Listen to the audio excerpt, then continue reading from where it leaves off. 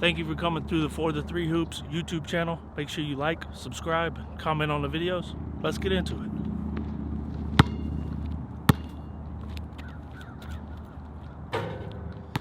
All right, what's going on, everybody? Welcome back to the podcast. Tonight we have something special, as you can see. The guys are back from vacation, getting 2 dubs. We know the great history of Duncanville basketball, the winning culture. I'm just not sure that we've had the chance to sit down with all these guys and kind of talk to them about what goes on a day-to-day basis without the head man there.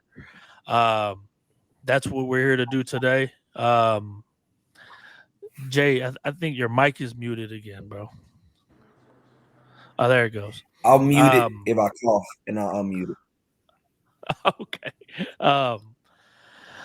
We've talked to Coach PV before, and he's told me how special you guys are, what great coaches you guys are. So without further ado, Coach Ford, Coach Cosme, Coach Jay, Coach Thomas, Coach Moore, Charles. How y'all doing, man? I'm doing well. Good. So this is a question to all of y'all. We're on a break now, I guess, right? You just come back from the Bahamas. You beat Roselle and you beat Oak Ridge. Just another 2 wins to add to the record that y'all have. What was it, 11-0? 12-0. 12-0. Talk about those 2 wins, man, especially against Roselle, man. That was big time. Well, Roselle, they got a really good team, and they got some high caliber dudes. Got a kid going to Duke, kid going to North Carolina, kid going to Arizona State. We kind of took that real personal because they hadn't played a game yet, and Max Preps had them ranked number 1. And I kind of told the kids before the game, like, they can't be number 1 if they haven't played. Like, you got to do something to be number 1. So for them to be number 1, and then from what I heard, they asked to play us first in the Bahamas instead of Sunrise. Don't ask for us first. So we really took that personal. So that game was a lot of emotions, a lot of intensity, and we really rose to the occasion. Tell me, starting off, like, y'all been through some controversy. I'm not gonna get into all of it, but what is the one thing that has kept this whole team together? I really felt like it was our culture. Like, a lot of people preach culture. A lot of people preach about the program and how it's ran every day and what we live by and what we believe in. But when it's really tested, it shows how true and how embedded your culture really is. For you to lose your leader, right, like weeks before, well, we had started practicing, so like a week before we have our first scrimmage, and like I told the guys, the best way to honor a great leader is not doing the right things when he's around, but when they're not around, does it still do exactly what he would do if he was here? So we just want to honor Coach and everything that our culture and our program stand for. Me and Coach Moore and Coach Cosby been there from day one. So it was just one of those things like we just want to keep everything going and running because our culture is tried and true. Yeah, I think another thing, just relationships from the coaches with each other down to the players. Our players really trusting us. Just from coach to coach, just being truth tellers, making sure we're always honest with each other, make sure we're always honest with the kids. And when you build that trust and you build that culture, it's hard to break. I mean, I'm kind of the new kid on the block, but I think it has a lot to do with the preparation PV passes down to his assistants and what he allows them to do. That if someone's not available or a coach is not around, then there's not going to be a drop off. because he puts you in situations to where you can be successful and you can keep the ball rolling. Mm-hmm. I feel like, and I've always told people this. Here, let me say this. Y'all have won 7 state championships since the '90s, and you've won 4 in the last 4 years. You've got some pros. You got some guys that are probably going to end up being pros. And again, this goes back to the culture. Because I always tell people that that program is ran like a college program. And it's like y'all have guys that can really take like the talking to. They're not soft. Because there's a lot of kids that can't take it anymore. Talk about that culture and how y'all just managed to be successful at all times every year. It started with the parents. The parents trust us that we have their kids' best interests at heart. And like Coach Moore said, we're truth tellers, and y'all probably heard Coach P say that a bunch about us being truth tellers. So we tell the kids the truth, we tell the parents the truth, we don't sugarcoat it, and sometimes it doesn't come out across as user friendly as some people might want it, but you can argue with the methods, but you can't argue with the results. So when the parents believe and trust in the coaching staff that we're doing what's best for their kids, you can kind of have those hard conversations. You can coach those high level players harder than you normally would in other circumstances, situations. So it just comes with the belief and the trust that we have from our parents over the years. They really believe in us and what we do. Yeah, I think it's one of those things. It's been like that since day one. So from your freshman year, you're getting coached hard, and you see it at varsity level. Our middle school kids see it come to our games and they come to practices, and it trickles down to every coach on every level. We just coach our kids hard, and it's expected. It's one of those things you know you're getting when you get to Duncan.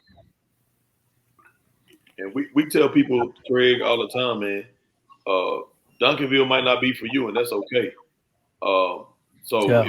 if you don't want to get told the hard truth, if you don't want to get coached hard, if you don't want to be corrected, if you don't want to be told that you're not the best person, or you're the best at this all the time, we probably telling you things you need to improve on more often than we telling you how good you are at something.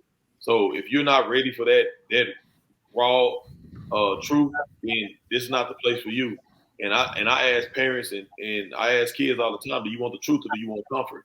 If you want comfort, playing for P or playing for Ford or more, Coach Thomas or Coach Hill and Coach Cosby is not the way to go. If you want Yeah. the truth and you want to get better, then this is the place where you need to be. And that's where I reiterate the college program, man, because a lot of people can't take the truth, can't handle it, and they run. And y'all's kids have, especially this group right here, has managed to stick it out, man. And y'all have, I mean, the things that y'all have done already. Let's. I mean, y'all started out with Brennan. They got a lot of young talent. The 2025 kids and the 2026 kid. You had a close one with Lake Highlands, and then y'all beat McCurchin, Columbus, Centennial, Bartlett, Newton, Cardinal Hayes, the Notre Dame team, Rose Ellen and Oak Ridge. It's just the resume speaks for itself, and the number one ranking is totally deserved and worked for. So, Coach Ford, I got a question for you, man. So, tell me what your first thoughts were when the reins got passed down to you, and like that. My first thought is when I heard it was, man, I felt for P because not only he was a coach, he a mentor and he like a big brother to me. So there was a level of empathy and heartache for him because I know how much he loved coaching and I know what the program meant to him. But then it had to immediately shift is, okay, you're up, so you gotta you gotta steady the ship. And then he texted me and said, "Big dog, they just suspended me." He said, "Look, bro, they just suspended me for a year. You up? You been prepared? You ready for this? You know what I'm saying? I feel confident you ready for this." And I just want to thank him because for the last I've been with PV. This would have been my 5th year. So for the last 4 years, after my 2nd year, he came to me after watching me coach the freshmen and said, "You're a head coach." And he said, "I'm going to prepare you to be a head coach." And we didn't know that what he was preparing me for was for this. And he told me, he said, "Man, I want you to be ready for everything." And I said, "Coach, give me everything you got." And so he just basically just turned the reins of mostly everything over to me and let me run a lot of the day-to-day stuff that a lot of head coaches, like Coach Thomas said, he gives you the confidence and he empowers you to be a coach at all times and treat the program like it's yours. So he was preparing me for this, and we didn't know that he was preparing me for this because for the last few years he's really just been like, "Man, you run it like it's yours, and if I don't like something, I'll let you know." Yeah. So one by one, because I know all of y'all probably have a role in this team. Coach Ford, we know you're the head coach now, but one by one and explain what are y'all's roles for this team. I'll go first, I guess. I'll start. Okay. Oh, go ahead, yo. Hello? Yeah, can y'all hear me? Yeah. Okay, my bad. You good? I'm the player development. I do all like the skill work, drill work, everything. I do a lot of film watching, trying to break down that game individually, and then trying to bring it back to how can it help the team collectively.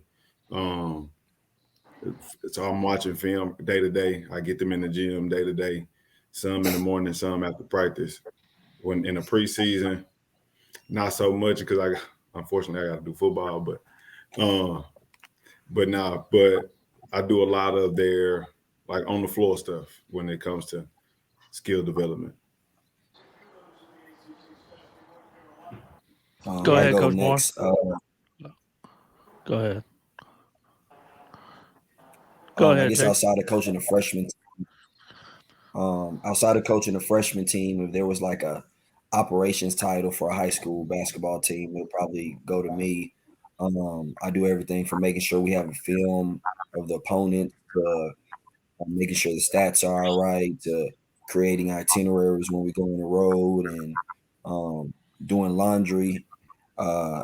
Pretty much do everything behind the scenes that needs to be done so everybody else can focus on like what needs to be done on the floor. Yeah, I'm the JV coach. I'm the head JV coach. One thing I like to do, or one challenge I like, is taking my JV guys. We practice against the varsity a lot.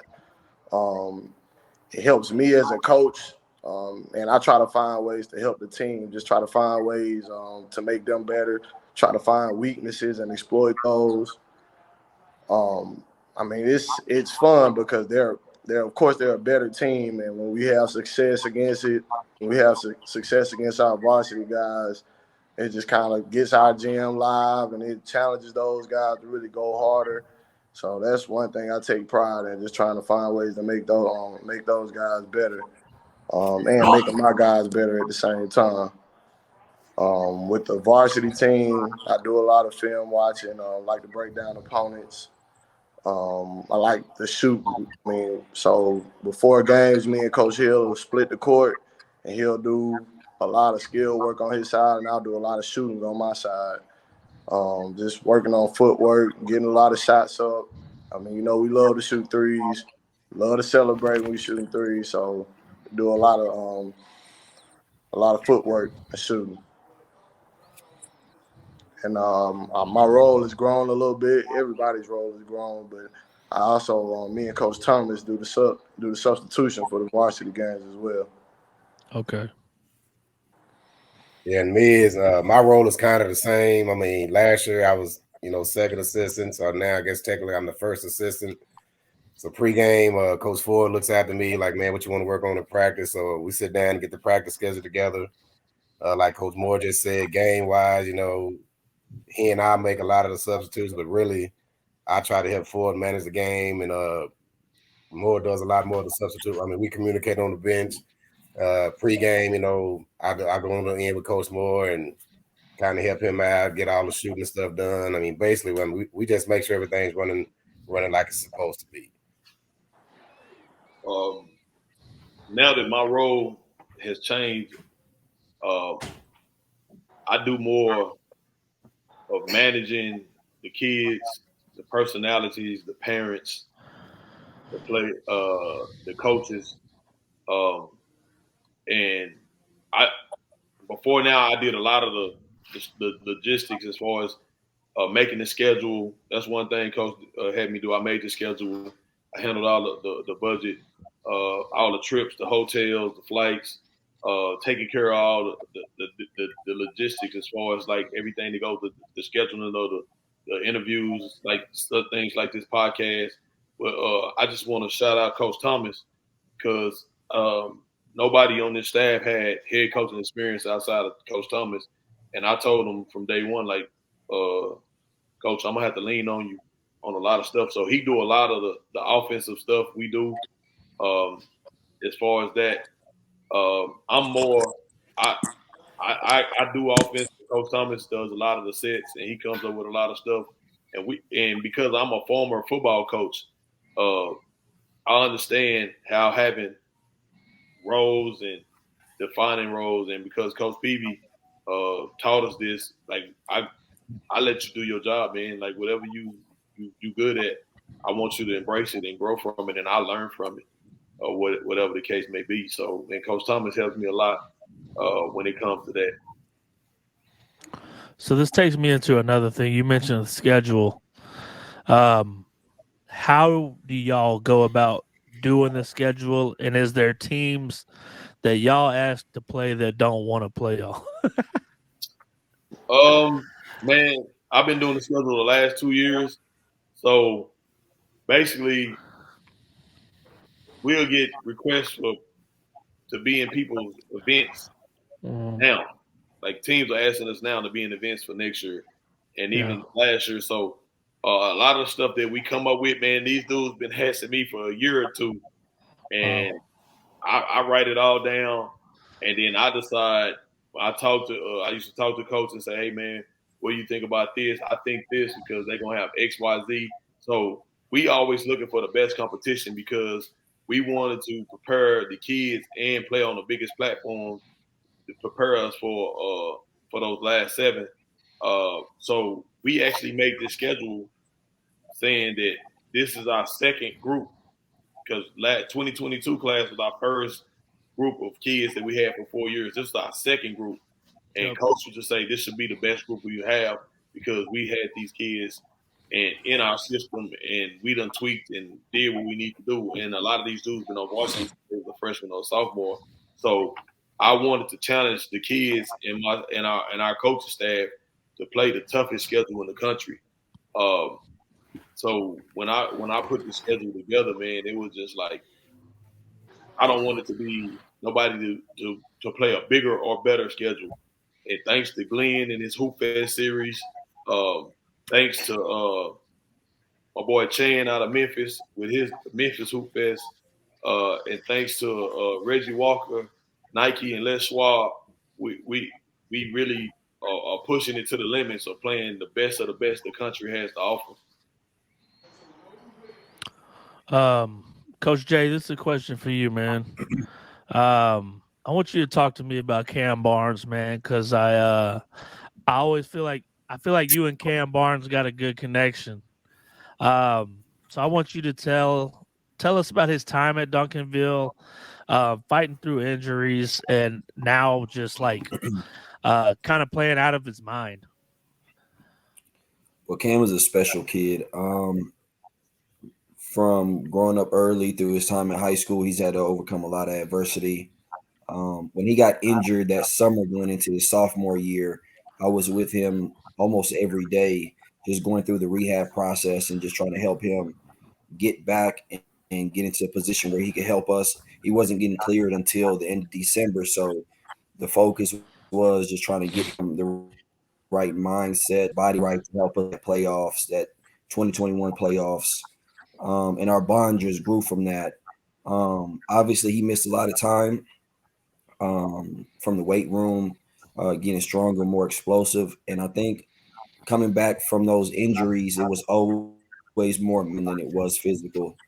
I listened when we were in Phoenix. There was a podcast. I heard Ani speak on it, and Ani hit the nail on the head. He said, "Stop thinking about the Cam you've seen before, the Cam that wasn't always healthy, the Cam we've been able to pick apart every aspect of his game for the last 6 years.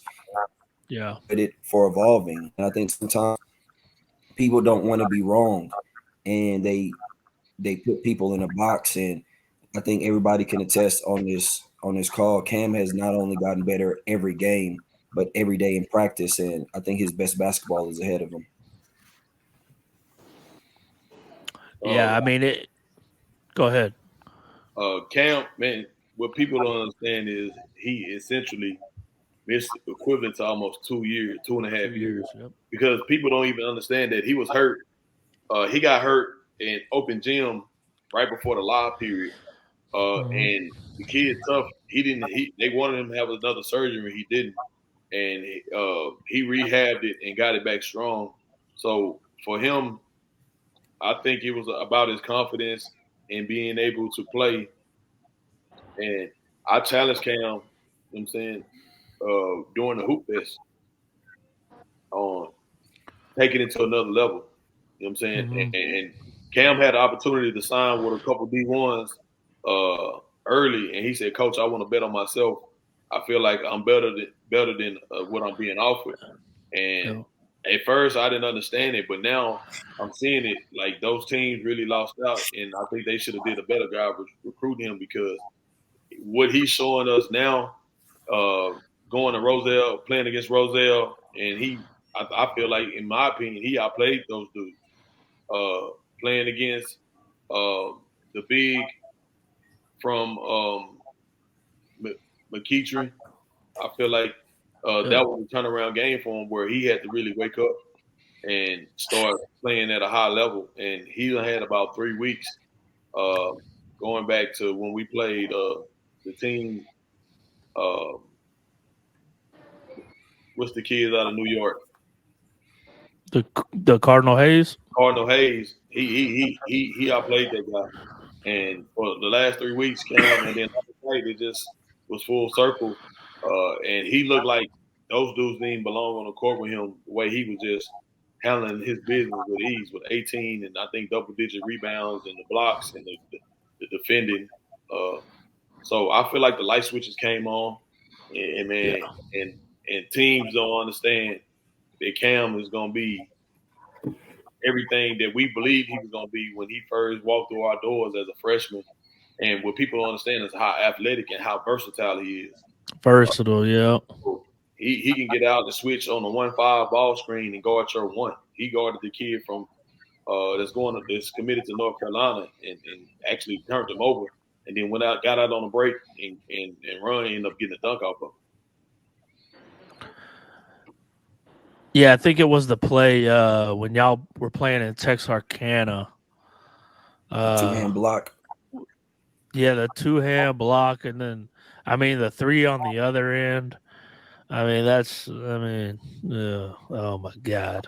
Yeah, that was dirty, man. A lot of or you can handle the ball a little bit, man. Yeah.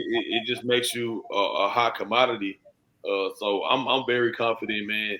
Cam, once he get another year under his belt, like he's gonna take this country by storm when in college, by his second or third year in college. Yeah, I believe it. Coach Hill, like this one's for you, man. I know you talked about being the player development coach, kind of with these guys. And I know I see your Instagram stories all the time. You up at 5 o'clock in the morning, in the gym, grinding. Dive a little bit more into you being up late, you being up early, with these kids, and I think you go to the middle school gym sometimes, right? all the time. Yeah. So So I think a lot of talk people about don't that. know that. Oh, my bad. I think a lot You of people good? don't know that I'm actually the head coach at the middle school too. That feeds into Duncanville High School. So I'm the head coach at Kennemer Middle. Um, we have a few good guys over there that's going to be ready to put on a Duncanville jersey next year. Yeah. So yeah, my day normally I'm up at 4:30, 5 o'clock, headed to the gym.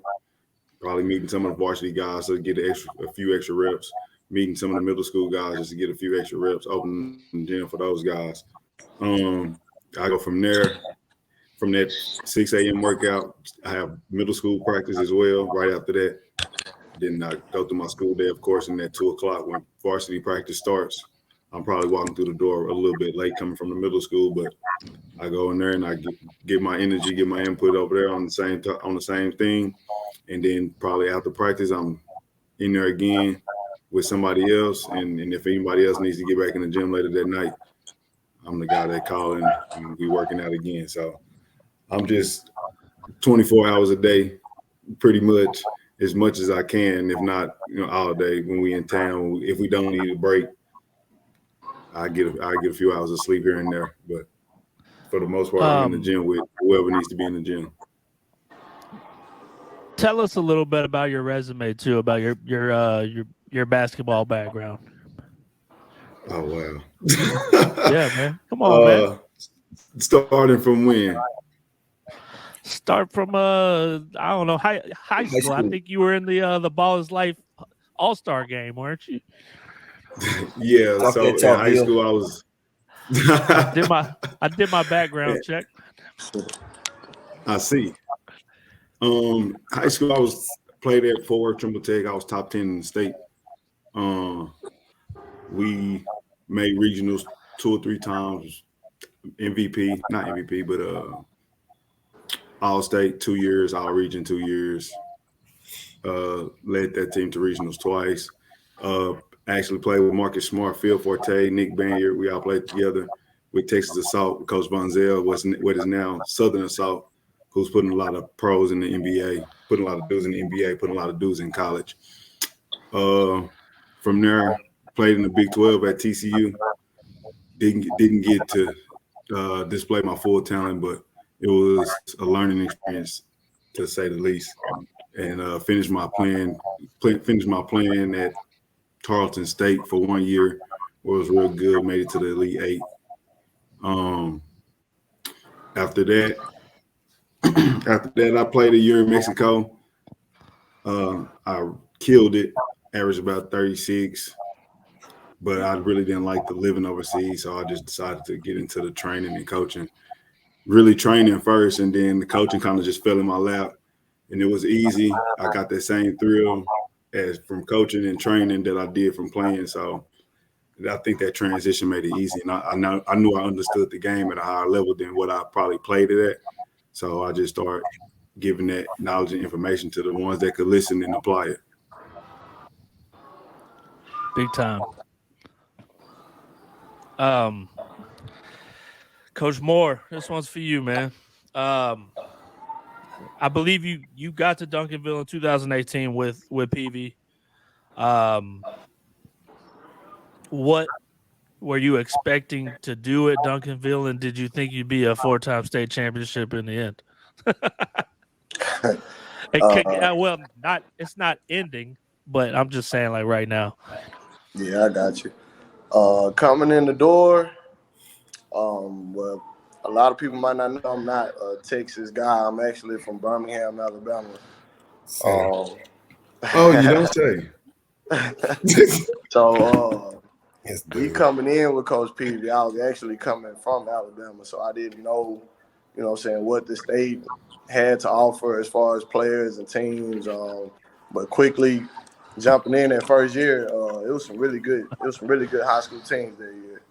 So coming in thinking we were going to win state right off the jump, I didn't think so. I just thought we'd come in and work and go from there. But we had a really talented team, and really just seeing the minds of these coaches, man, like got a really good coaching staff, and we really build off each other a lot. And that's kind of how that season went. Started out with like 7-7. Everybody was a little nervous, but we just put our heads down and grinded. When we pulled that first one off, and what we had coming back that second year, I was confident we could win another state championship. And just felt like the team would be better. The system was in place for a year. And, we say it all the time. You feel like that next year the team's even better.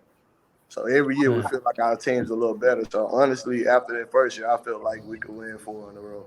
With the young kids we had freshmen on varsity that didn't get to play a lot, who were top kids in the country right now. So appreciate their parents, man, really just being patient, not jumping up and running because the situation wasn't exactly what they wanted, but staying in the fire, growing, grinding with us. And I feel like it's a culture, man, that can't be stopped, honestly. And I believe that the first game of the year was y'all versus South Garland with Tyrese and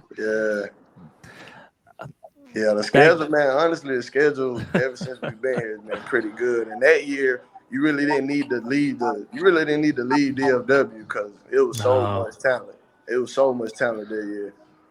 Yeah. Just to piggyback off what Coach Moore said, like for like a lot of those parents who stayed down when they kids are freshmen, and they either like that year, if I'm not mistaken, we might have had 6 JV kids on freshmen. If freshman kids on JV, and we had a couple on varsity, and they didn't play a lot. They didn't play at all. And for the parents to stay down and not transfer because other schools are promising the kids to start varsity as freshmen or sophomores, that's what set the tone and set the culture. And then the next year, we had another group of freshmen that come in and didn't play a lot and played JV, and they stayed down. So that's why we have so many seniors the last couple of years, because those kids didn't run from the work. They didn't run from waiting their turn. And that's what we tell college coaches all the time. Like, man, you want to recruit our kids because once they get to your campus, they're not going to be the best kid on the campus. So they know how to work when they're not the main focus.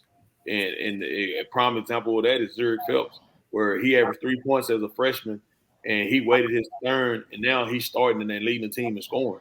And he still knew how to work as a freshman, not playing a lot. He knew how to work as a freshman and stay engaged. And the offense is not ran through him. So that's always big time. When a lot of parents they cut their nose off to spite their face, and they always thinking about now. I want to be on Instagram. I want to be on Twitter. I want to be this and that, and they try to run to be on varsity when that's not going to help your kid develop. And at the end of the day, nobody cares if you play varsity as a freshman. Only thing that matters is that spring going into your junior year and that spring going into your senior year. All that playing varsity as freshman means absolutely nothing. Yep, you're exactly right. Had somebody the other day.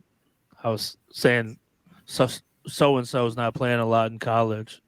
He's a freshman. Take the red shirt. Mm-hmm. Just wait.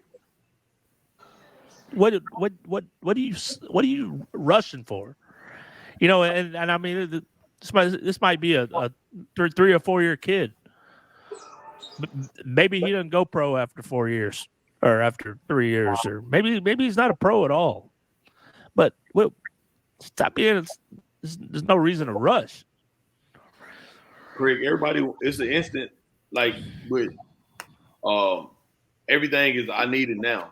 And one of the analogies I give the kids and I try to give the parents is, um, you cook popcorn the old-fashioned way, and you get a skillet and you get oil and you pour the kernels in there, and it's in the fire.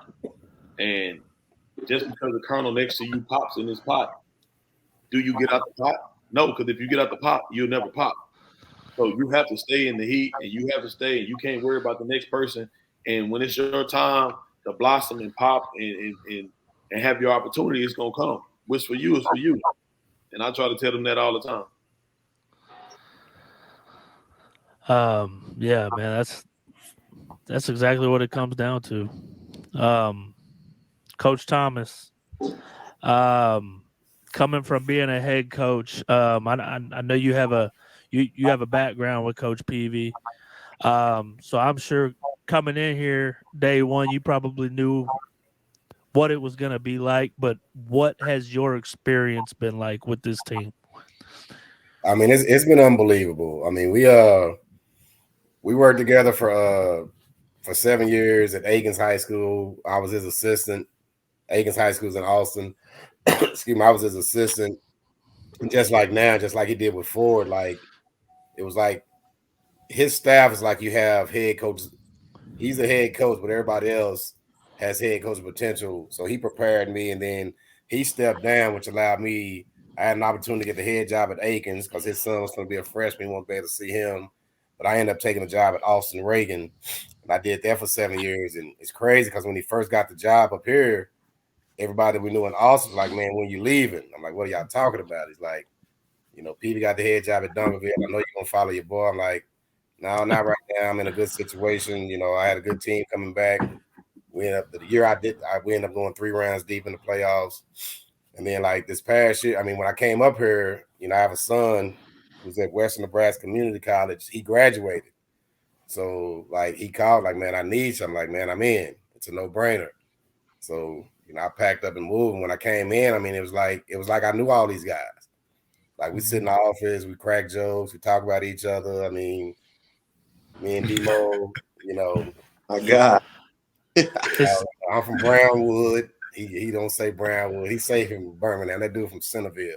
But it's a real family atmosphere. And when I came in, like it's like a little more intense now. PV was and he was at Aikens. Like, and when we turned Aikens program around, it was a team that had lost their last 27 games. We came in that first year, made the postseason. We lost a playing game to Austin Westlake. Then from that point on, we made the playoffs every year. So I knew I was coming into a good situation. Like I said, we all sit in the office. Like we sit in the office. We're in the office. We're around each other more than we're probably around our own families. With all the travel and the early mornings, the late nights. So I mean, it's a real family atmosphere. And like I hit it off with these guys right away, and it's before I took the job, I was second guessing myself. Should I really move? I'm on the downside of my career. These guys are on their way up, but it was a blessing. Coming in that first year, winning the state championship, being crowned that, national champions in a couple of polls. I mean, it's a dream come true as a coach. Everybody builds their career, want to be a head coach. Like, I did that for 7 years. Coach Peavy prepared me for that. And then coming into this situation, it's the same thing. If I want to get another head job, I'm prepared for that as well. Like, Coach Ford, I mean, he's ready. I mean, this dude is, he's a real go-getter. I mean, everybody on the staff, I mean, they want to be a head coach, they can go do it. But it's a real family atmosphere. Like, I didn't understand the culture just reading about it in the paper or seeing it on Twitter or Instagram or whatever. But once you're involved in it, you see how much these kids really love that. Like, these kids really love basketball. I mean, you can work somewhere like kids that say they love basketball, but they're not going to go there with Coach Hill at 6 o'clock in the morning. They're not going to reach out to a coach on a Sunday like, can somebody open the gym so we can go get shots up? Like, it's really a different culture up here, and it shows by the schedule Coach Ford has put together, about the top level teams we played, and the wins we got. Like, I mean, if you watch the season, this game, like, we started like those 12 games, a lot of them we started down, but those kids are so resilient, and the work they put in leading up to the season, it pays off. Like, it's hard to play 32 minutes the way we practice. Like our practice are like games. Like you're going against some of the best talent in the state every day in practice. So that carries over in the games. And then, it gets to the fourth quarter, they bent over grabbing their shorts. Like our kids don't want to come out of the game. Yeah. Coach Hill, I'm gonna go back to you because he talked about guys wanting to get into the gym and stuff. Is that instilled in them when they're like the age that you're coaching in middle school? I'll say this. So to this week, we haven't had practice, but I've been having open gym at 7:30. And my brother called me this morning. He like, bro, you at the gym? Y'all not out of school? I'm like, yeah, we get out of school tomorrow, but I'm just having open gym for some of my middle school guys. I turned the phone around because we was on FaceTime. He seen like 25 dudes in there just getting work in at 7, 8 in the morning. So when the gym is open, those middle school guys, they in that gym. So it's nothing. I don't think it's anything that I'm doing. I think that parents are doing a good job of making them workers. And I'm just helping do that part of keeping them in that gym. And to piggyback on that, my bad, go ahead. The testament of that, like a lot of people don't want to put that extra work in, and it shows. Like you have to really want to be in the gym at 6 o'clock in the morning. Yeah. And the ones that's in there at 6 in the morning, that's all they are. All I'm doing is I'm in there, I'm unlocking the gym. Hey, coach, can you unlock the gym? Yeah, I'll be in there. I sit in my office, I'll let them get their work in. When it's time to close down, they go to class. You know what I'm saying? I make sure because sometimes I don't get in there at 6, to be honest with you. It might be 6, 6:30, 6:45, 7 o'clock. But I text them, like, what time y'all got class? If they say 8, boom, okay, this is the time this is going to be open, 7 to 8. So you have middle school kids going up there before class. Yeah, so my middle school actually practice before school starts. Okay. So we start our practice before school starts. So before my kids practice, those varsity guys, they might be in our gym getting up extra shots. So I think it's kind of cool for our middle school dudes to see them in the gym too. Yeah. Getting some work in before, you know what I'm saying, that before we actually get on the floor. So that culture was set by the guys when we first got there. Micah, Peavy would live in the gym. You know what I'm saying? Coach, open up the gym. And like Coach said, we'll open up the gym and I go in my office and watch football or basketball or TV on Hulu or whatever. And he in the gym putting up shots and shots and shots. And Brian Hill and Keon and in the gym. Miles Ramsey, like those dudes stayed in the gym. So you got to think those freshmen when CJ and Davion was freshmen, they saw Jemias in the gym putting up those shots. 2 years later, Jemias gets drafted. So the blueprint is there. You see what I'm saying? And then when Ron and a freshman, they see Micah putting up those shots. Then they see CJ in there putting up those shots. So, of course, they want to do it as well because it's work for those guys. So, and when now you got Evan and all them putting up those shots because they saw Zurich and Warren and Dame and all them do it.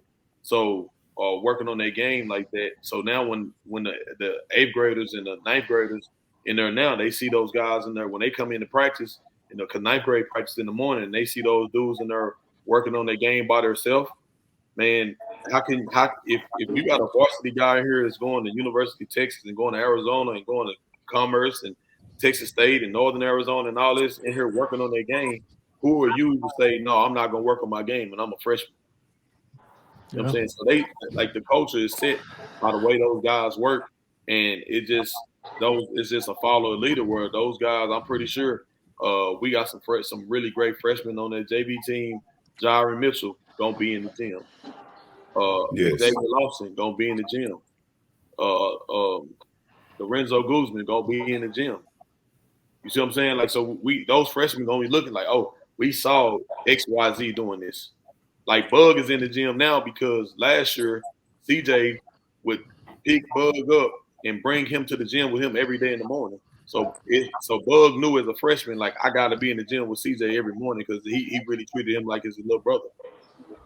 You know what I'm saying? So it's just that culture that those older dudes bring. And then even nowadays, like you'll look up in our gym and we'll have dudes that's in college coming working out. And they asking the young dudes, y'all want to get in the gym? And our college dudes in the summertime will work out our high school kids. Yeah, see, that's great for the guys that have come from there to come back and do that. Because they probably could be with somebody else working on their game, but to pass it down is that's great. That goes to show the type of kids that come out of that program. Coach Ford, this one's for you, man. Not only did Coach Peavy have a son that played for the program, but you got a chance to coach your son for 4 years, being at Duncanville. Talk about the experience doing that, and I mean the lifelong memories that both of y'all have. Man, I tell people all the time, man, if you have an opportunity to coach a kid, man, you really should. I actually coached CJ for 6 years, but I was his middle coach at Bird. So I was 7th grade coach at Bird, his 8th grade coach at Bird, and then I coached him for 4 years in high school. Man, those are memories that I couldn't pay for. Parents can't pay for that. Like he went through his entire high school career and never lost a playoff game. So we don't. Every year we cried tears, but it never was tears of sorrow. It was always tears of joy. So we can say, man, when and even in middle school, he didn't lose a game. So I can honestly say, man, coaching that dude, that's why Coach Jay named him Tom Brady, because we went almost a decade, over half a decade where we didn't lose a playoff game. We didn't lose a championship game. And man, that's something that we can never change and never get back. It went back to middle school too. And people can't. I couldn't have dreamed that up, Craig. Man, it was a blessing for my son to do something that I did, and he really buy in. And it's hard to pay for your dad. And we had days where we ride home and we wouldn't talk. But now that he's in college, he tell me, man, Dad, I appreciate everything, how hard you was on me. Because these dudes here don't understand what it takes and how hard the work is, and how to win. And he just thanked me every day. So now he called me. We talked for an hour, 2 hours, and just about everything, man. And Coach Moore's up next with Devin, and Coach Thomas coached his son, and Peavy coached his son, and Jay will coach his son one day. And when he'll have some kids, and they can attest to it. And ain't no better feeling in the world than sharing those moments that we had with your son, man, especially your first son. And he really set the tone for his little brother. So all his little brother say is, Dad, I want you to be my coach because you coach CJ, and I want to do the same thing he did. Yeah, I feel like, man, it takes a village, and what better village than, you know what I'm saying, the guys we have on this coaching staff, man. So I'm blessed to get to see Coach Peavy, Coach Micah, and learn from their relationship, the good, the bad, the ugly. The same thing with Coach Ford, man. We got stories for days with both, man. I'm telling you, we got a lot of stories, man. And so I have an 8th grade son. He plays for Coach Hill at Kennemer, and I'm looking forward to coaching him for, you know what I'm saying, for his 4 years of high school. And lastly, and shout out to Peavy, man, because he helped me coaching my son and he told me, he said, Coach, because it's your son, and I do it with Micah, and he said, I really did it because that was his second time through. He did it with DJ. He said, you see everything your son do wrong. Like, he can do 100 things right. You're going to focus on the one thing that he did wrong. It's going to be the end of the world to you. Because what you as coaching your kid, man, you don't want to be made out to be like playing daddy ball. Yeah. And what he told me and what another coach once told me was, just because you don't let your son do and you're not showing favoritism, that's daddy ball as well. Because if he was any other player, you would give him the benefit of the doubt on a lot of stuff that you don't give him the benefit of the doubt on. So that's reverse daddy ball, where you're being too hard on him. Some people let their kid get away with murder, and some people are too hard on their kid and they can't grow. And what PB taught me is to let him grow as a player and as a man. So going back to that, how was the ride home when y'all after that Kimball game last year It was lit. at By that time, by at the that RJ time, Hampton event? yeah, by that time, Yeah. he had his own car at that time, so we wasn't riding to school together. But when we got home, man, like I was just happy for him because he had battled back from that torn meniscus. But people don't know his junior year, he played the entire playoffs with a torn meniscus. So Yep. he had that surgery back in April, and he had battled back to get back to those points and to do it against some of his former classmates. So what people don't understand, like Arterio was a Duncanville kid, and he played for me at Bird, and he went to Duncanville as a freshman. He played football, and he started to play basketball, and he ended up leaving for personal reasons. And Chauncey is one of CJ best. Chauncey, yep. He was a Duncanville kid. If you go back and look at our 2020 season, Chauncey is in those pictures of us going to state or winning regionals and all that. And that's one of his best friends to this day. And Buchanan Buchanan, yep. Buchanan was at Duncanville. He had literally just left Duncanville probably a month before. So those are his friends. And it meant the world to him for not to let those dudes beat him. And he's just that type of competitor. He don't want to lose, especially to nobody that he played with or he's friends with. I'm gonna say this about CJ. CJ, one of the hardest workers I've ever been around in my life. When I first got to Duncanville, first of all, Ford called me before I got the job. He was like, "Bro, what you doing?" He said, "What you got planned next year?" I'm like, "What I need to have planned." So, but when I got there, he was like, "Bro, I need you to take CJ. I need you to take him under your wing and teach me everything." I'm like, "I bet I got you." When the season started, we started staying 30 minutes after practice. That 30 minutes turned to an hour. Hour might have turned to 2 hours some days, depending on how Coach Ford was feeling. But he was in that gym. He was in the gym so much, and he worked so hard. It was like he had no choice but to get better. He had no choice but to go out and win games. He had no choice but to go out there and be the best version of himself because he had did it when nobody was watching. So when everybody started watching him and he was on those stages, it wasn't nothing new to him because he did the same. He had that same smile on his face while he was waving when we beat Sierra Canyon. He had the same smile on his face when he hit the game winner versus Sunrise. So CJ worked so hard to get a lot of the stuff that he got. It's just a blessing to see him where he is now and how much he's grown since I've been around and seen him since his junior year. Tom Brady. And my message to him and my message to every kid, because I'm his daddy, so I can have him in the gym as much as I want. And we used to be in the gym for hours and hours on hours. And I used to tell him all the time, and people thought I was crazy. I said, man, you got to make these 300, 400, 500 shots just to make 3 or 4 or 5 shots in the game. You know what I'm saying? So you got to make 3 or 4 or 500 to make those 3 or 4, 5 shots in the game, not 10 shots, not 15, 3, 4, 5, because we got a really good team.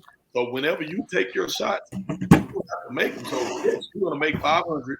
You're going to make this many floaters. You're going to make this many jumpers. And I tell every kid that, man, like parents, if you want your kid to be a Division I player, they have to have a work ethic out this world, man, because that's one of the hardest things to do is to get a college coach to say, hey, I'm going to give you $40,000 to come play basketball for me.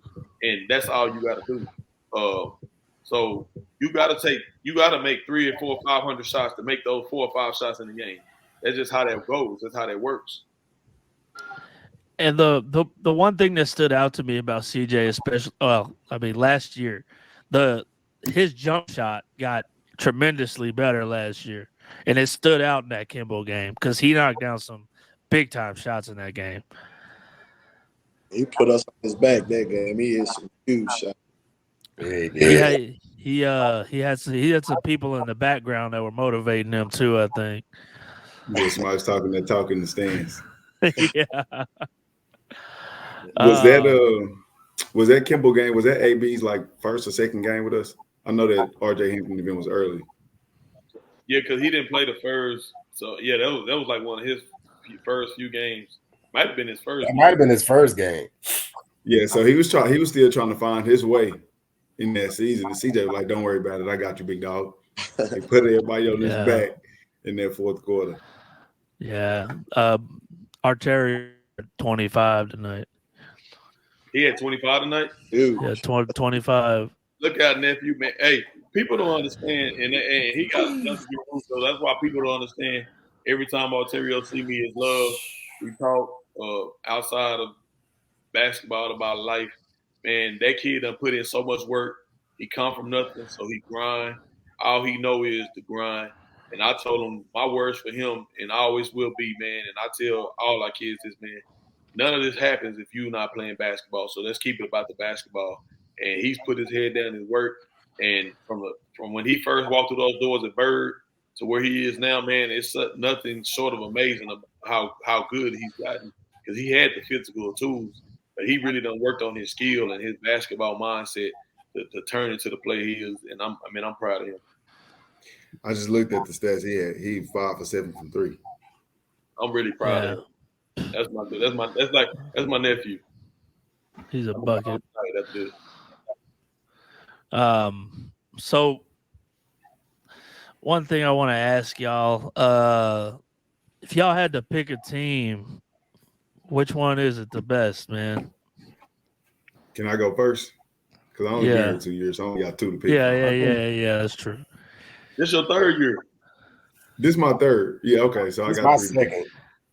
All right, hold on. Let's okay, go ahead. Hold on, let's back up. Talk to me about the addition of KJ Lewis, because another dude that's really picked it up that doesn't get a lot of recognition on the the ranking sites, but playing out of his mind again. I mean, being on the boards, making tough baskets. I made that video from that Texarkana Hoop Fest, Texas high school. I mean, that game, he just like out of his mind, man. Talk about the addition of KJ Lewis. Man, we love KJ, man. Real good kid. Came in and he wasn't the way we were, but there was nothing we threw at him that he wasn't on pack. One of the hardest working kids we got, man. Two-way player. He'll lock up your best player. He's gonna do whatever it takes to win. He's a winner. So adding him to a winning program, man, it was just a win-win for both parties. He came in wanting to get better. I mean, he's good, but I think he's at a different level now than he was when he first got to us, because he came in and bought in right away. Like the stuff we do, not everybody wants to do. Like if I'm a high school kid, like I don't know about going out there football field, running no stadium. Like I don't know about that. Like, he came in and he was ready for it. Like it was different for him. It was tough for him at first, but he made a quick adjustment, and you can see the results. Great kid. Man, KJ's KJ a dog. KJ a dog. Like I also think CT he's a chip on his shoulder because there's no way he's not a top 100 kid. That's true. I think KJ is a special kid, like CT said. He came in wanting to get better, and he's intentionally getting better every day. Example, I'm gonna give this example, and Coach, before I'm gonna let you go. Last night we played Lake Ridge. Yeah. Not even 2 hours after the game was over, he was texting us, "Hey, Coach Jay, is the film up?" He's trying to watch film, trying to find ways to get better. So that's just like a quick synopsis of who KJ Lewis is as a player. Man, KJ. So when you get those, when a high level kid comes, you really don't know what to expect. But he's been accepting to the coaching. Anything we threw at him, he done tried his best to do it. What I like about him, man, is his willingness, his challenge. He wants the challenge of guarding the best player on the other team, whether they 6 inches taller than him or 6 inches shorter than him.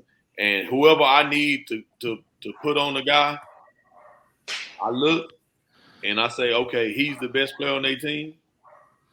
KJ, you got him. And he takes those challenges, and I feel like he's one if not the best, one of the best two-way players in the country. And I don't know what rankings they who did the rankings or what happened. And everybody has their own opinion, and I respect how everybody feel. And maybe they called him on a bad day or a bad weekend or whatever the case may be. But I think these first 13 games have showed that KJ, he's a top 30. He to me a top 40 player, top 40, top 50, easy top 40 player. Probably moving into that 30 because in the country, and there's no way he's not top 3 or 4 in the state. Like that don't even make sense if he's not. So I challenge anybody to show me a kid that has the same amount of points, the rebounds, the steals. He's shooting 80% from the free throw line, and he's guarding from 6'10" Cameron Bruiser to Council that's going to Connecticut. UConn, yeah. Foster going to Duke. Foster going to Duke to the kid Ian Jackson to Trey Johnson to the kid we just played going to the big kid from Roselle going to Duke. Like KJ has had to guard every last one of those dudes, and he not only produce on the defensive end, he's producing on the rebounding end, he's producing on the offensive end, and he's shooting over 80% from the free throw line. Man, that's special in itself. So, man, I love the kid, and he showed that. And a lot of people say, "Well, man, he used to be in everything in El Paso. He shot all the balls. He showed he can play with other dudes, and it's not just about his points. It's about he gonna give you whether he give you 16 and 12 or 36 and 12. He's giving you the same amount of rebounds. He gives you the same defensive effort. He gives you the same thing on the boards. So I really feel like these first 13 games, people got to reevaluate what they saw in the summer versus what they seeing now, and saying, "Hey, man, this kid deserves to be in a consideration for one of these burger game for the burger game or for the Jordan Brand game or whatever games because he's one of those dudes. He is a dude. He's doing it against ranked competition. Yeah, he does a lot of stuff. Competition. Ain't like we going out here playing teams that we know we gonna steamroll. Like we playing the best of the best. Like nobody has played a stronger preseason schedule than us to date. And something else he brings that I'm sure you guys see it, but he's an awesome teammate, man. He's a real good teammate. One thing I love about him that you don't get out of a lot of teenage kids, man, he'll hold people accountable. From the best player to the worst. He'll hold you accountable. He gonna lift up his teammates, man. He's a good kid. He's a good person.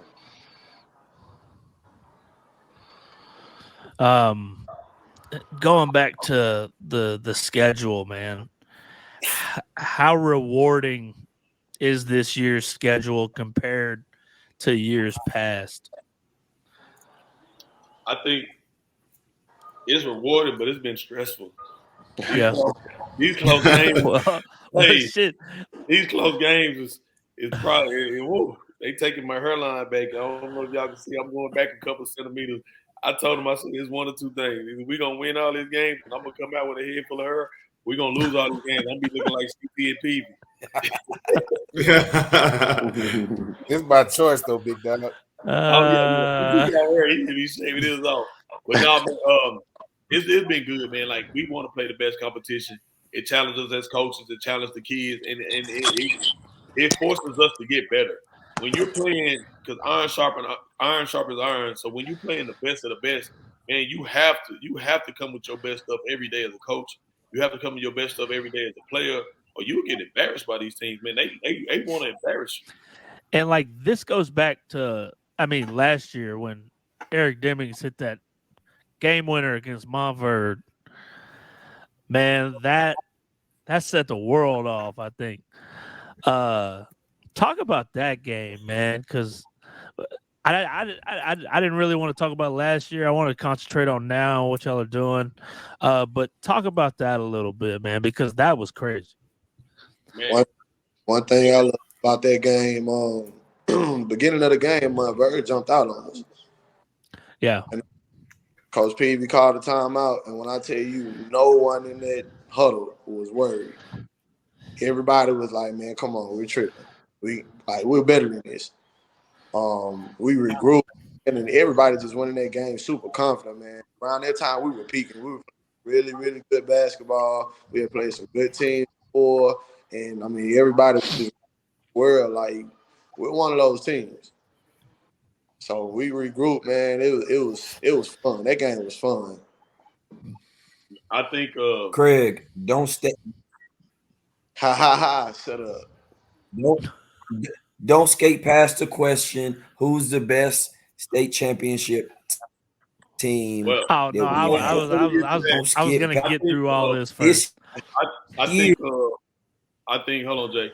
I think everything leading up to that Good, point, man. I thought you everything forgot. we had did leading up to that point, had prepared us for that moment.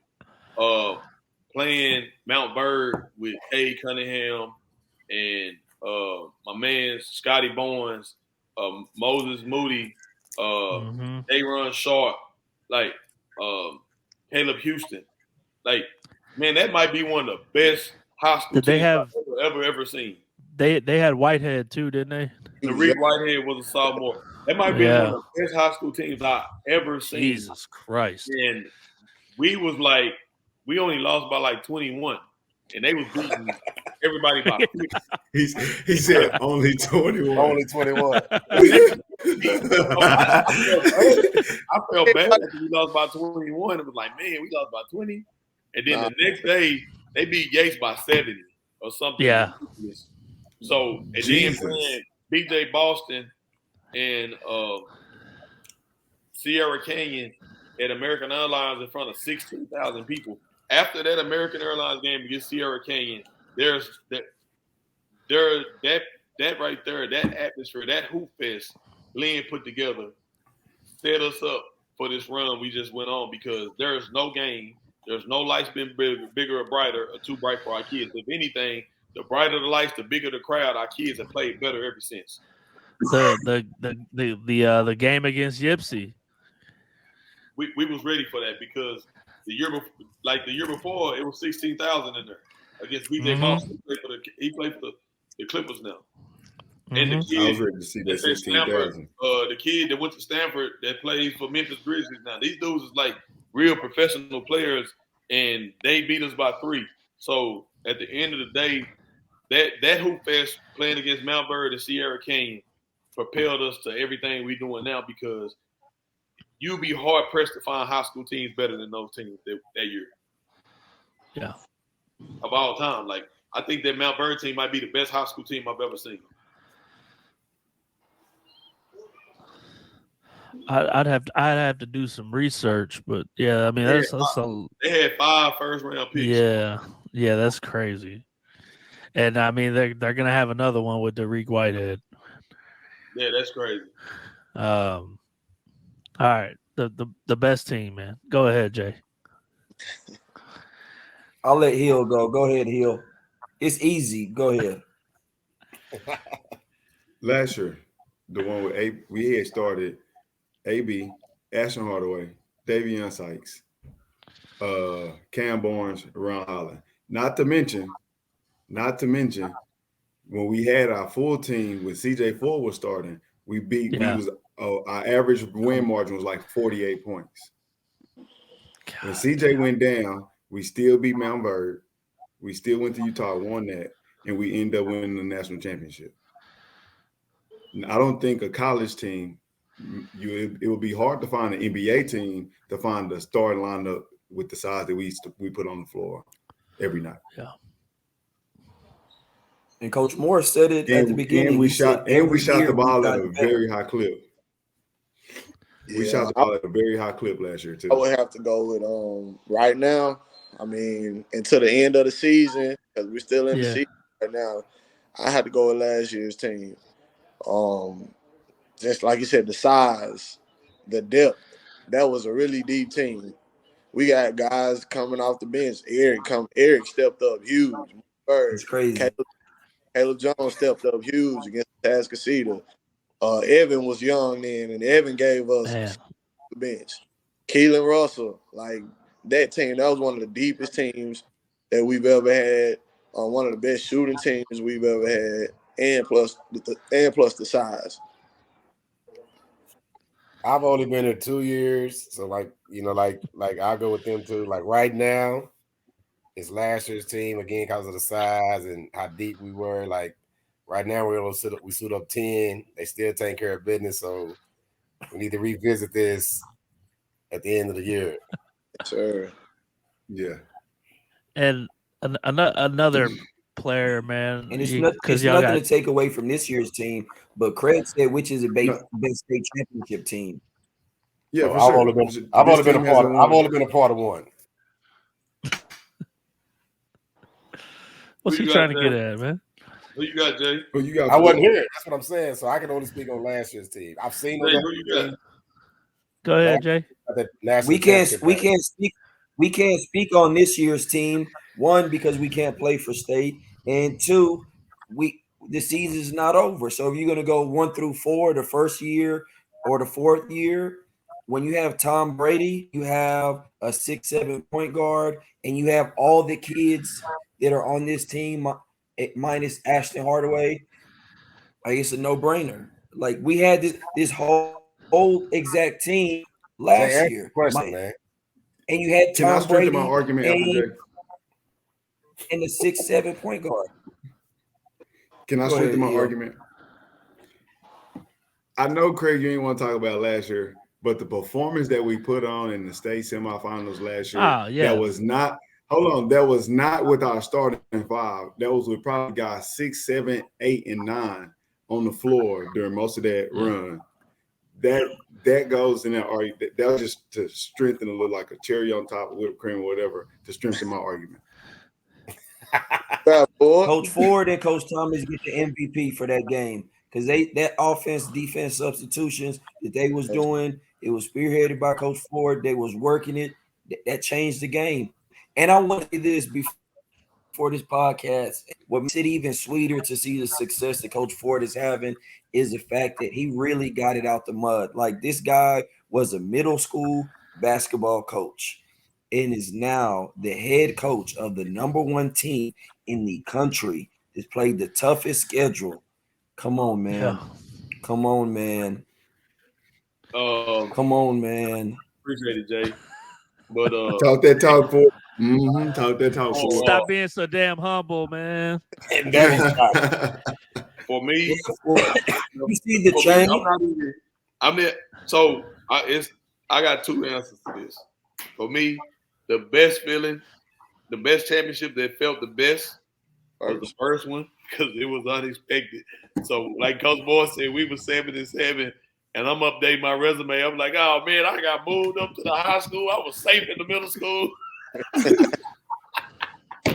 would have get fired the first year in. We 7-7. So that one right there, man, I ain't gonna even lie, man. That was unexpected, man. I was crying like a baby. Oh, was sweet. Who the best team for it? So that one always special to me. Who the best team for? He dancing around the question, man. Craig, don't let him dance.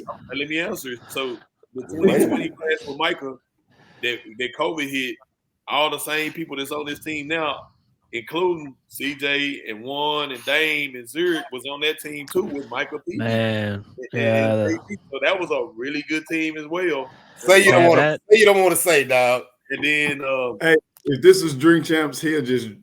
and then the 21 class, the 21 class really just carried us because Zurich probably had one of the most amazing runs in the playoff in the history of Texas basketball.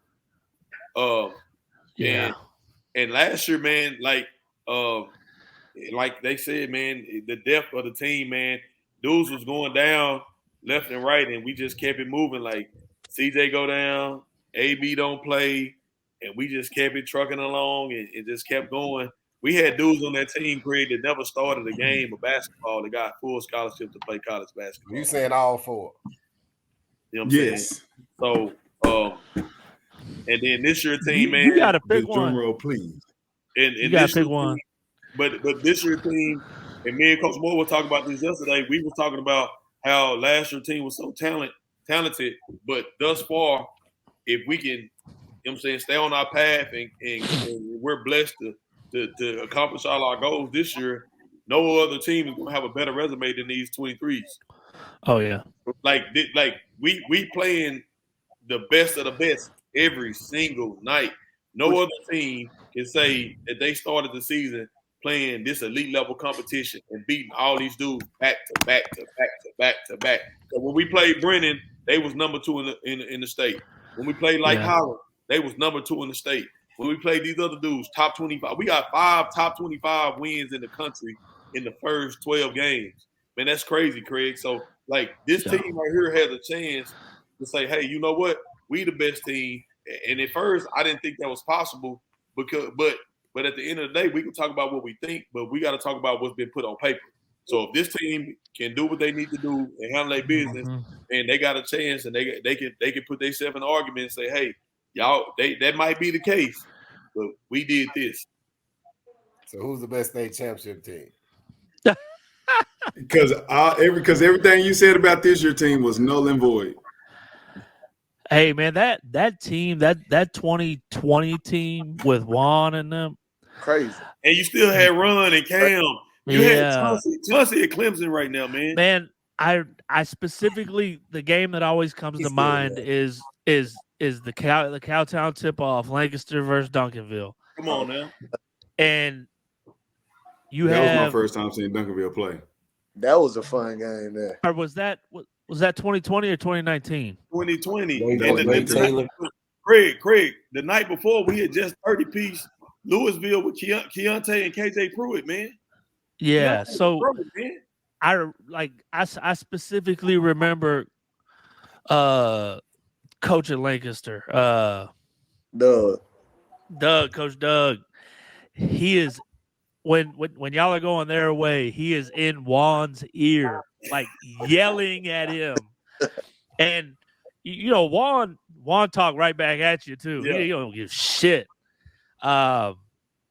He hit one, and Doug slapped him on the back like, I can't do shit with this. and then you take Juan back to the Waxahachie game at the end of the year. Waxahachie. Dude. I mean, when he hit yeah. No, so like Evan Phelps, he does not get the credit he deserves. Yeah. Evan Phelps is one of the top 5 on-ball defenders in the country. Evan Phelps is one of the heartbeats of this team. He does not get the credit he deserves. Absolutely. So one of the things, man, with that 2021 and that 2020 team, you got to think we had a kid that didn't play a lot. Oh, Coach Hill talking about depth. We had our number 1 player, Micah, go down. Zurich was ineligible, and we went to Chicago and won with dudes who had never started a game. CJ was a sophomore. He started. Ron was a freshman. He started. So we started a freshman, a sophomore, a junior, and 2 seniors, Priest and JB, and we went and beat DJ or in Chicago. Daniel, remember that in that we'll little be here all night, Greg. He's not telling answer us the question. If y'all win this game, y'all ain't gonna make it back to Texas. and then it's hey man, we play with Ford is Michael Jackson around this question, and we are letting him make it. DJ Get out the moonwalk. Ford is moonwalking. We might as well start back and forth. Arena. Hey, am I right or wrong, Daniel? That's DJ Stewart. Start packing for Oregon. Michael and Zurich. I got you. Michael and Zurich day all night. We went and won. And Chauncey played big off the bench. CJ came off the bench and was a starter. Tonio played. Like, bro, we was deep that year too. Think about this. We had a dude on our bench that played for Clemson now, bro. Real talk. You saying that team? I got you though, Ford. I'm just saying, like, it's hard to pick one. No, he not. Robert CT. Banks, man. Y'all that time to say that? If we was on drink champs, Ford done took 12 shots. Hey, Aspire Pure. Let me get another drink of it. Oh shit! Daniel, get yours too. Hold up. He got to go get one of I'm these. taking me a case. Shout out. Hey, Craig, we gotta plug our guys, man. Shout out. Everybody got cases. And they take care of us, man. Denzel Washington. Everybody got cases except me and CT. CT just ain't got up. CT, you took a case of that water home too? Nah, I ain't got no water, dog. I drink tap water. He from Brown. Hey, Jay, you forgot he from Brown. He from Brown, dog. D-Mo got to drink that water because they ain't got no water in Alabama. Creek water. Hey, CT laptop sitting on a case of water right now. Craig, man, we clown every day, man. But in all seriousness, man. I think last year's team was really good, man. So if I had to pick one, I feel like last year's team was probably the best out of the four. We haven't seen what this year is going to be. Every year we got better, so I would go with last year's team. That only took 20 minutes. But man, like these dudes have been really great, man. We have such a good time, man. We like brothers. We clown each other every day. We talk 24/7. We text each other all night. Something pop up about basketball, dude text you. We hit each other. We got groups on Instagram, Facebook, Twitter, group text. So man, we constantly, like, I think it's our connection and our bond, and we always run in the same direction. Keeps the kids and going in the right direction. Yeah, it you can definitely see that. I mean, without a doubt. I got two more things for y'all, man. I kind of want each of y'all to say something about it. What is it like when y'all go to these different destinations, being the number one team in the country? Your social medias have exploded because of Brittany and the work that she does for y'all. Britt the Ram. Britt the GOAT. Britt the GOAT. She really changed the game, starting with y'all, and now a lot of teams are. I wouldn't say a lot of teams. A lot of teams need to do it. I mean, it's a great addition. I mean, shit, I saw y'all jump to like damn near 8,000 followers on Twitter now.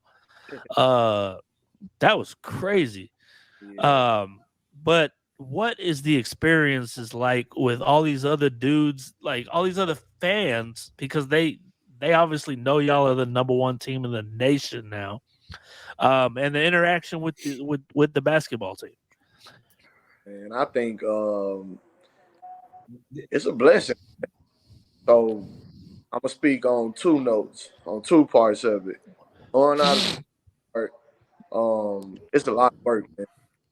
It's a lot of work. Like, people think we have this beautiful schedule and we get to travel and get to go to these nice places. It's work the entire time.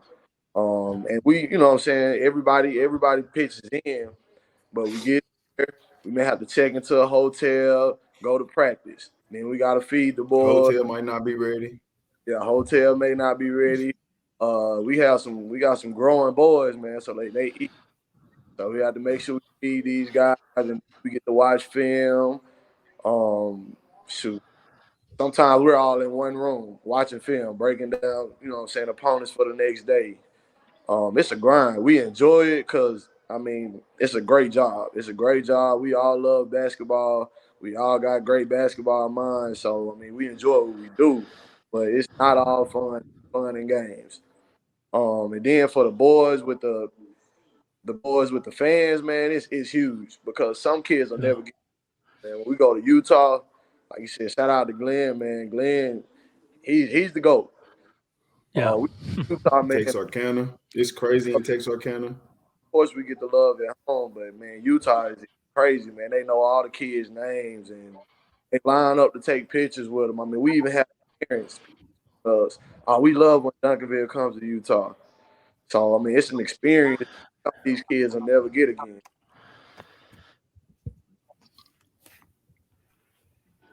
Man, you said it, Craig. Like when Britt took over, I think our Instagram was maybe like 2,500. Today we're over 9,500 on Instagram. And what that does is not only does she capture great content, but she's able to tell stories and really highlight what these kids are doing on the court, off the court, their personalities are like. So when we go to Utah, like these kids feel like they know our kids on a deeper level. That's a huge part of us traveling, the content she's been able to put out. And now you start looking the stuff that we do, you know, a lot of these other high school teams are starting to do it, and she's the person that got it all started. This is my last one for y'all, and then y'all can go to bed or go watch film, whatever y'all need to do. We got 5 days off, big dog. I ain't watching film. Oh yeah. All right, man. So I wish I could say the same. I'm watching AB play now. Now that's leisure games. I'm talking about film as far as studying opponents. Listen. The playoffs. Y'all can't do the playoffs, but y'all are nationally ranked number 1. Is there a chance that y'all could maybe get into Geico, man? I don't know if that's an option. They exploring our options. I think because it's after certain dates, as far as our governing body, no team from Texas has been able to participate. So they exploring different stuff, man. I really don't know. Man, we just really focused on Oregon and trying to win the Les Schwab, and then trying to win district, and then man, we'll go from there after that. And one of the things we kind of told the kids, man, like you got to turn every negative into a positive. And yes, sir.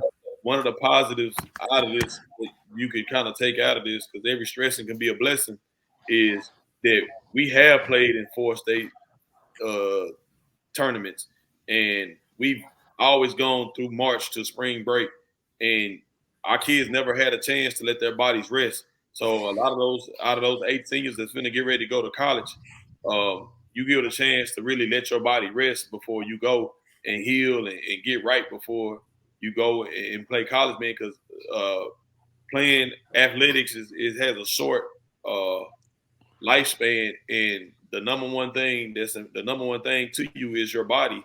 So the more healthy you are, the better you can be going into college, the better off you'll be. So man, like you never know what this blessing might have been. Like we probably didn't, if we would have played, if Duncanville would have said, hey, no, you guys go to the playoffs, and a kid might have twisted his ankle or God forbid hurt a knee or anything. So man, you just got to take it, every stressing and turn it into a blessing, and just say, man, what's written has already been what's been foretold has already been written, and what God has for us, He got for us, and we can't worry about what we can't control. Yeah, quite honestly though, like we all talked about it as a staff, and like our goal going into this season, state champions was going to be nice, but we want, at the end of the year, we want to be national champions. Yeah, one thing we like to preach to our kids, man, just control and play the game just in front of us, and we can win all of those. I mean, it'll be special at the end. Still be a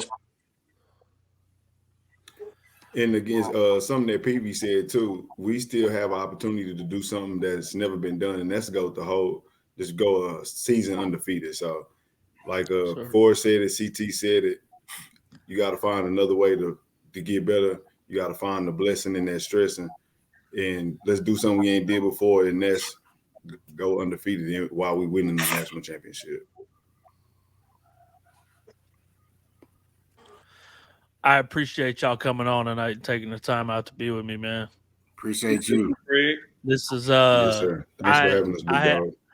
I had talked to Ford about doing this maybe like 2 weeks ago, and then I posted that on Twitter the other day, and Daniel hit me up, so I scrambled it together real quick, and I appreciate y'all taking the time out. Already, Craig, I tried to tell him earlier this year when we had that event in Fort Worth. It was just hectic early. Yeah. Man, we appreciate you, Craig. Man, you've been rocking with us for a while, and man, you always first you was shots by Craig, and I followed you. And Nah, man. I was dreams to ball. That I didn't know you did. That was back when That's crazy. Ferran Hunt Ferran Hunt was at DeSoto, and I was at that game when that big ass fight happened. That was crazy. Oh, that's crazy.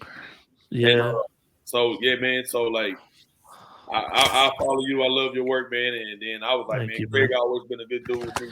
And so I'm down to get on with it. And so man, we appreciate it. We appreciate quality Craig, work. stop posting that photo of me and my bird. Who?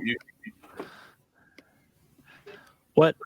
I said, Craig, stop posting that photo of me with my bird when I was screaming at the end of the game, man.